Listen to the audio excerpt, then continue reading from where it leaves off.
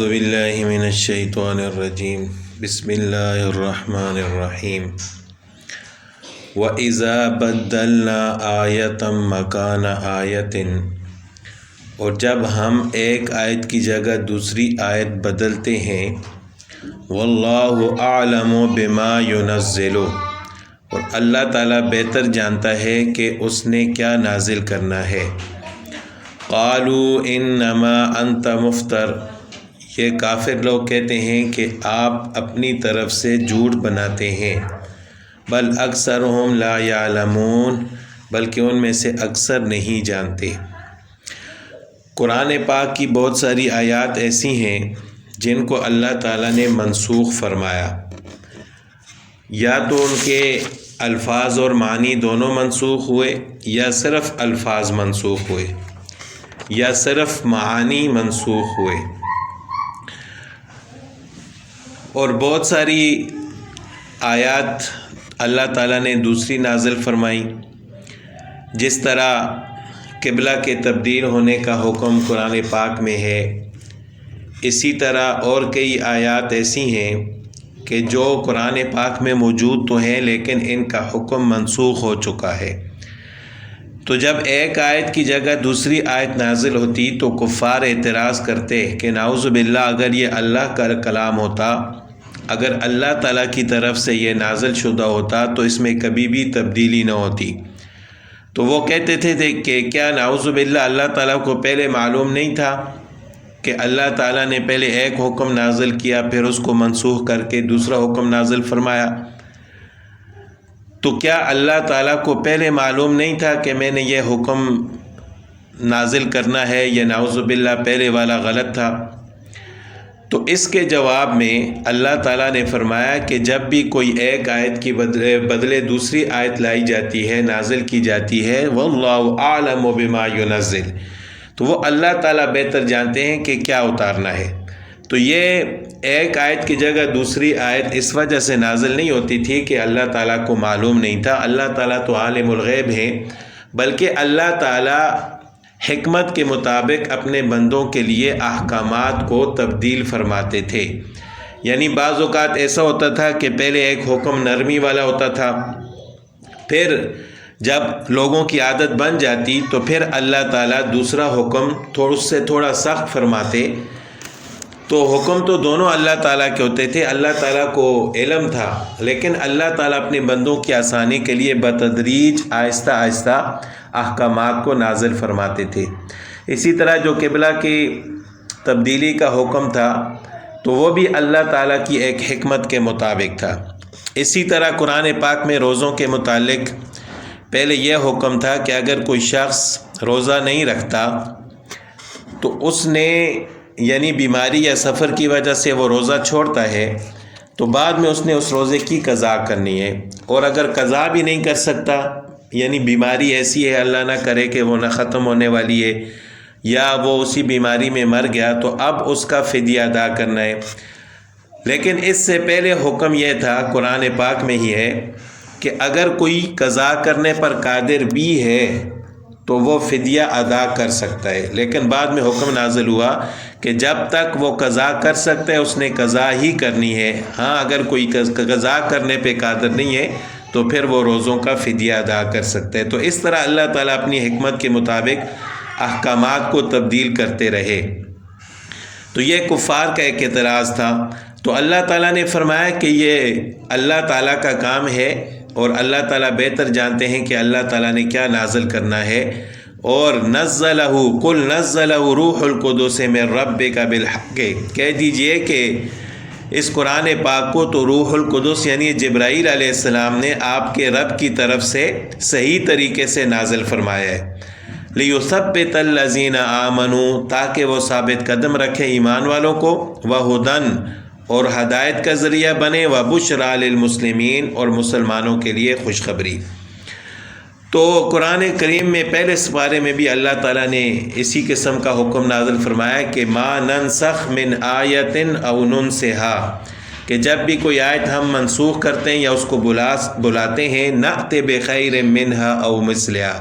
تو ہم اس سے بہتر یا اس جیسی اور آیت لے کر آتے ہیں، تو یہ اللہ تعالیٰ کی حکمت کے مطابق ہوتا ہے۔ کفار کا دوسرا اعتراض یہ تھا کہ یہ قرآن پاک رسول اللہ صلی اللہ علیہ وسلم نے اپنی طرف سے گڑھ لیا ہے، اور مکہ میں ایک شخص تھا، لوہار تھا، وہ انجیل کا تھوڑا بہت علم بھی جانتا تھا، وہ آپ صلی اللہ علیہ وسلم کی باتوں کو بڑے غور سے سنتا تھا۔ تو آپ صلی اللہ علیہ وسلم کبھی کبھار اس کے پاس جاتے تو انجیل جانتا تھا، کچھ نہ کچھ انجیل کی باتیں بھی کرتا تھا۔ تو کفار نے یہ اعتراض کر لیا کہ آپ صلی اللہ علیہ وسلم اس کے پاس جاتے ہیں اور وہ آپ صلی اللہ علیہ وسلم کو قرآن سکھاتا ہے، اور آپ صلی اللہ علیہ وسلم آ کر لوگوں کو بتاتے ہیں، یعنی آپ صلی اللہ علیہ وسلم اس سے قرآن سیکھ کر آتے ہیں، یہ اللہ تعالیٰ کی طرف سے نازل نہیں ہوا۔ وَلَقَدْ نَعْلَمُ أَنَّهُمْ يَقُولُونَ، یہ اسی اعتراض کے بارے میں اللہ تعالیٰ فرماتے ہیں کہ ہم جانتے ہیں کہ وہ کہتے ہیں إِنَّمَا يُعَلِّمُهُ بَشَرٌ، کہ اس کو ایک آدمی سکھلاتا ہے، یعنی قرآن پاک ایک آدمی سکھلاتا ہے، یہ اللہ کی طرف سے نہیں ہے۔ لسان الذی یلحدون الیہ اعجمی،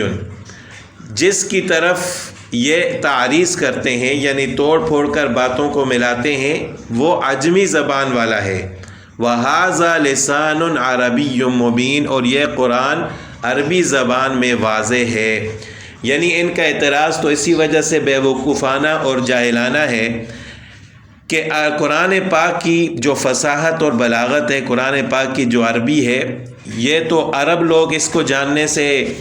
قاصر ہیں اور اس کا مقابلہ کرنے سے قاصر ہیں، تو ایک عجمی آدمی وہ آپ صلی اللہ علیہ وسلم کو قرآن کیسے سکھا سکتا ہے؟ یعنی وہ جو آدمی تھا وہ عجمی تھا، اور قرآن پاک تو ایک فصیح اور بلیغ کتاب ہے، اور عربی زبان کی فصاحت و بلاغت کی انتہا ہے اس کے اندر۔ تو جب عرب لوگ اس کی فصاحت و بلاغت کا مقابلہ کرنے سے قاصر اور عاجز ہیں، تو ایک عجمی آدمی وہ عربی ایسی فصاحت و بلاغت والا کلام کہاں سے لا سکتا ہے اور رسول اللہ صلی اللہ علیہ وسلم کو سکھا سکتا ہے؟ یعنی اگر کوئی عربی ہوتا تو پھر بھی کسی حد تک ان کا اعتراض ہم کہتے کہ یہ دیکھ رہے ہیں اس وجہ سے اعتراض کر رہے ہیں، لیکن ایک عجمی آدمی ہے، وہ ایسا فصیح اور بلیغ کلام کہاں سے لا سکتا ہے اور رسول اللہ صلی اللہ علیہ وسلم کو سکھا سکتا ہے؟ اس وجہ سے ان کا یہ اعتراض انتہائی جاہلانہ ہے۔ ان الذین لا یؤمنون بآیات اللہ، بے شک وہ لوگ جو اللہ تعالیٰ کی آیات پر ایمان نہیں لاتے، لا یہدیہم اللہ، اللہ تعالیٰ ان کو ہدایت نہیں دیتا، وَلَهُمْ عَذَابٌ علیم، اور ان کے لیے دردناک عذاب ہے۔ انما یفتر الکذب الذین لا یؤمنون بآیات اللہ، بے شک جو لوگ جھوٹ گاڑتے ہیں،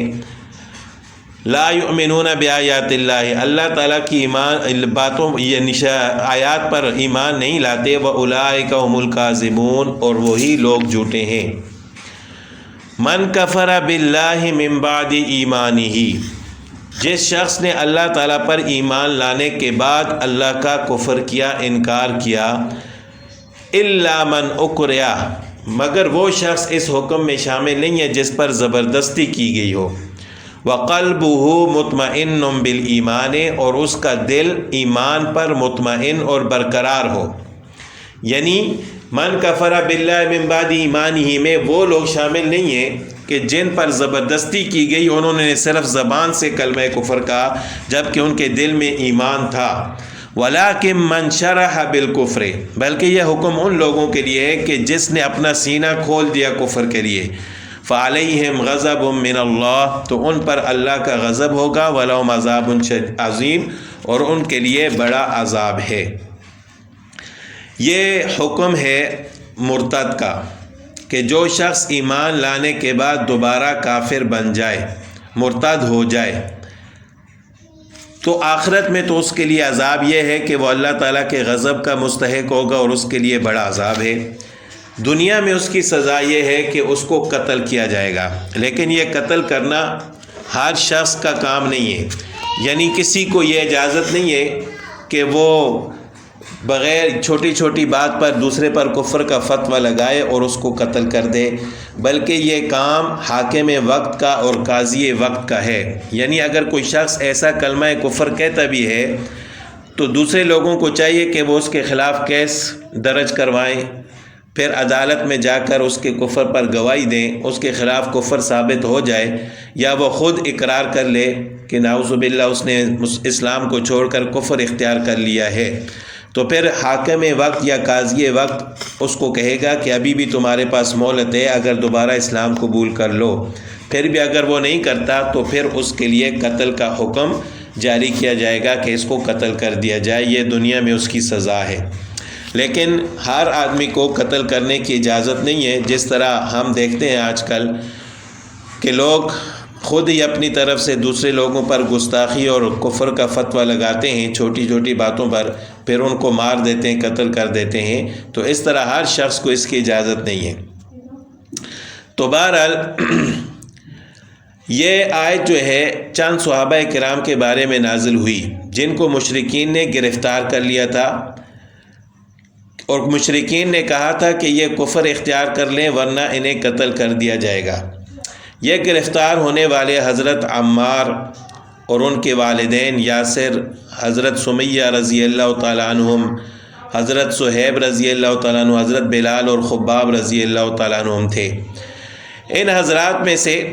حضرت یاسر رضی اللہ تعالیٰ عنہ اور حضرت سمیہ رضی اللہ تعالیٰ عنہ جو کہ ان کی بیوی تھیں، انہوں نے تو بالکل قطعی طور پر کلمہ کفر کہنے سے انکار کر دیا کہ ہم کسی صورت بھی اپنی زبان سے کلمہ کفر نہیں کہیں گے۔ حضرت یاسر رضی اللہ تعالیٰ عنہ کو پھر قتل کر دیا گیا، اور حضرت سمیہ رضی اللہ تعالیٰ عنہ کو اتنی بے دردی سے شہید کیا گیا کہ 2 اونٹوں کے درمیان ان کو باندھ دیا گیا اور پھر ان کو دوڑایا گیا، تو اس طرح ان کے جسم کے 2 ٹکڑے ہو گئے اور وہ شہید ہو گئی۔ اور یہ 2 صحابہ کرام ایسے تھے جن کو اسلام میں سب سے پہلے شہادت نصیب ہوئی، حضرت یاسر رضی اللہ تعالیٰ عنہ اور ان کی بیوی حضرت سمیہ رضی اللہ تعالیٰ عنہ۔ اسی طرح حضرت خباب رضی اللہ تعالیٰ عنہ نے بھی کلمہ کفر کہنے سے انکار کیا اور انہوں نے بھی قتل ہونے کو قبول کر لیا۔ ان میں سے حضرت عمار رضی اللہ تعالیٰ عنہ تھے جنہوں نے اپنی جان بچانے کے لیے صرف زبان سے کلمہ کفر کہا، لیکن ان کا دل جو ہے وہ ایمان پر مطمئن تھا۔ تو جب کفار نے ان کو چھوڑا، رسول اللہ صلی اللہ علیہ وسلم کی خدمت میں حاضر ہوئے، بڑے پریشان تھے، تو سارا واقعہ رسول اللہ صلی اللہ علیہ وسلم کے سامنے بیان کیا۔ تو آپ صلی اللہ علیہ وسلم نے ان سے پوچھا کہ جب آپ نے کلمہ کفر بولا تھا اس وقت آپ کے دل کی کیا حالت تھی؟ تو انہوں نے عرض کیا کہ میرا دل تو ایمان پر مطمئن تھا۔ تو آپ صلی اللہ علیہ وسلم نے فرمایا کہ ان کو مطمئن کیا اور ان سے فرمایا کہ اگر آپ کا دل ایمان پر مطمئن تھا تو پھر زبان سے اگر آپ نے اپنی جان بچانے کے لیے کلمہ کفر کہا ہے تو اس کی وجہ سے آپ کافر نہیں ہوں گے۔ تو یہ ان کے لیے ایک تسلی تھی۔ تو اس وجہ سے اللہ تعالیٰ نے فرمایا کہ الا من اکرہ وقلبہ مطمئن بالایمان، کہ جس شخص پر زبردستی کی جائے، کوئی ایسا شخص ہو وہ کہے کہ میں تمہیں قتل کروں گا اور قتل کرنے پر قادر بھی ہو، تو دوسرا شخص اپنی جان بچانے کے لیے صرف زبان سے کلمہ کفر کہہ سکتا ہے جبکہ اس کا دل ایمان پر مطمئن اور برقرار ہو۔ لیکن اگر کوئی شخص زبردستی نہیں بلکہ خوشی سے کفر کو قبول کرتا ہے، اپنا سینہ کفر کے لیے کھول دیتا ہے اور ایمان کو چھوڑ کر دوبارہ کافر ہوتا ہے، تو ایک تو یہ کہ اس کا اپنی بیوی سے نکاح ٹوٹ جائے گا، اور دوسرا یہ کہ وہ اگر مرد ہے تو اس کی بیوی دوسری شادی کر سکتی ہے، اور اگر وہ عورت تھی تو اس کا شوہر بھی، یعنی ان کا وہ نکاح والا جو تعلق تھا وہ ختم ہو جائے گا، اور دنیا میں ان کو یہ سزا ملے گی کہ جو شخص بھی ایمان لانے کے بعد کافر ہوگا، مرتد ہوگا، اس کو حاکم وقت قتل کرے گا۔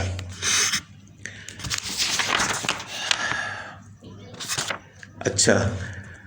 ذالک بانہ مستحب الحیات الدنیا، اب ان کے لیے مرتد کے لیے بڑا عذاب کیوں ہے کہ یہ وہ لوگ ہیں جنہوں نے دنیا کی زندگی کو پسند کیا، ترجیح دی علی الآخرت، آخرت پر، وان اللہ لا یہدی القوم الکافرین، اور اللہ تعالیٰ کافر لوگوں کو ہدایت نہیں دیتے۔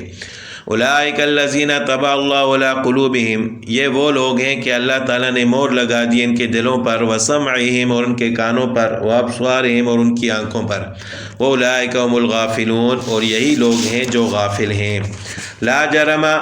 کوئی شک نہیں انہم فی الآخرۃ هم الخاسرون کہ یہی لوگ آخرت میں خسارہ پانے والے ہیں۔ ثم ان ربک پھر آپ کا رب للذین ان لوگوں کے لیے جنہوں نے ہجرت کی من بعد ما فتنوا اس کے بعد کہ ان کو مصیبتوں میں گرفتار کیا گیا، انہوں نے مصیبتیں اٹھائیں، مصیبتیں اٹھانے کے بعد انہوں نے ہجرت کی، ثم جاہدوا پھر جہاد کیا، وصبروا پھر انہوں نے صبر کیا، ان ربک من بعدها تو بے شک تیرا رب ان باتوں کے بعد لغفور بخشنے والا ہے، رحیم رحم کرنے والا ہے۔